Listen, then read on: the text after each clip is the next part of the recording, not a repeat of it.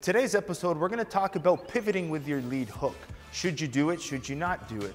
There's a lot of conflicting information. Your boxing coach is saying, yes, you need to pivot, where your kickboxing Muay Thai coach is saying not to. So which one should you do? Bazooka Joe Valtellini! With all the conflicting information on pivoting versus not pivoting with the hook, we need to break it down and figure out where the advantages and disadvantages are of each.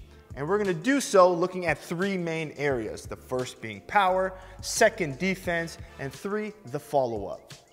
Let's start with the pivot. Why would I want to pivot with my lead hook? The easy answer is power. In order to get good power in your hook, you do need to pivot. Biomechanically, it makes sense. This way I can turn my hip, I can get core into the shot, and I can get my whole weight and body behind the punch. So power is a great advantage. The disadvantage comes with kicking. So now what happens, if I pivot too much, I'm susceptible to low kicks. With my toe pointing this way, to block, I have to turn it all the way around. It's a little bit slower. So if I'm fighting someone like myself who's good with low kicks, I might not want to pivot with my hook because I keep getting caught with low kicks. Finally, what follows up with a pivoted hook? And that's the rear straight.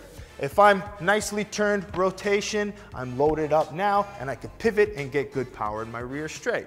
So if I'm focusing more on my boxing in this fight and power punching, I might want to use the pivot. Whereas if I'm getting caught with low kicks, I might have to be a little bit more cautious overturning with the hook. Let's look at what a pivoted hook looks like versus a non-pivoted hook. So you're going to see the first thing is my stance length. If I know I want to set up a good power hook, I need a smaller stance. If I'm trying to power punch from a long stance, whether I pivot or not, I got no power. So usually when you want to throw a nice pivoted hook, it's with a nice short stance. A little bit more of a shorter boxing bladed stance. Now, as I said, boom, by pivoting, my heel comes out, which makes it more difficult for me to have to block a low kick. It's a further path to have to travel. With my toe pointing here, it now has to go the other direction. It's too slow. So someone like me will sit there, block the hook, and then chop right away. They won't be able to block it. Or I could evade the hook, it passes, and then I could take the leg right away. And that follow-up strike makes sense. Has to come from that rear side. Pivot, pivot, right? That's good power when it comes to boxing. But in kickboxing, we tend to get power from stepping, lengthening of the stance. When I'm in a power punch position, I have a shorter stance.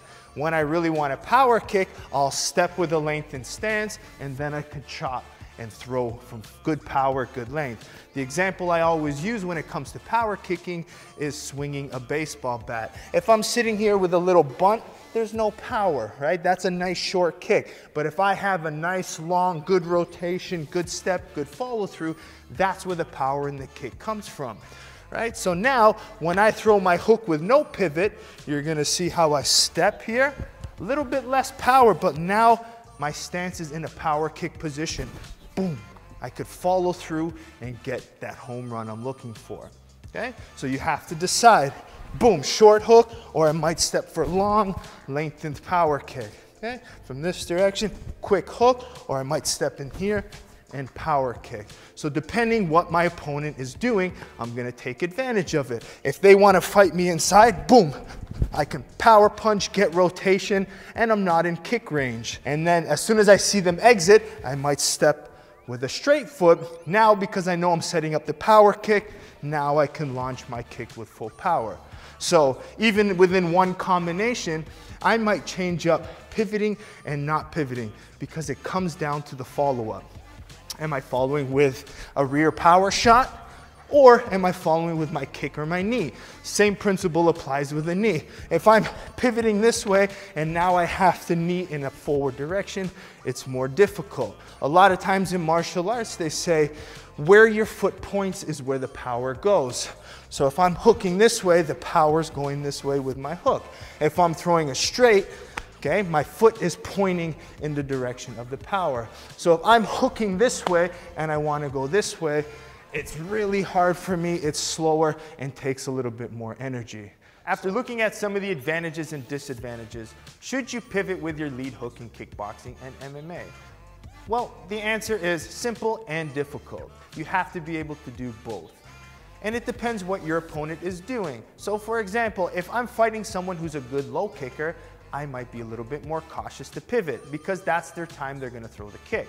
If I'm fighting someone who's not kicking my leg and they're gonna let me pivot as much as I want and not kick my leg, I'm gonna take advantage of that and get more power in my hook. So it depends on what my opponent is doing, but it also depends on what I want to accomplish. If I'm going in with more of a boxing heavy focus, I'm gonna use my pivots, try to get as much power as I can. If I'm pivoting with my left hook, I'm gonna get more power in my right straight. I'm looking for the punch knockout.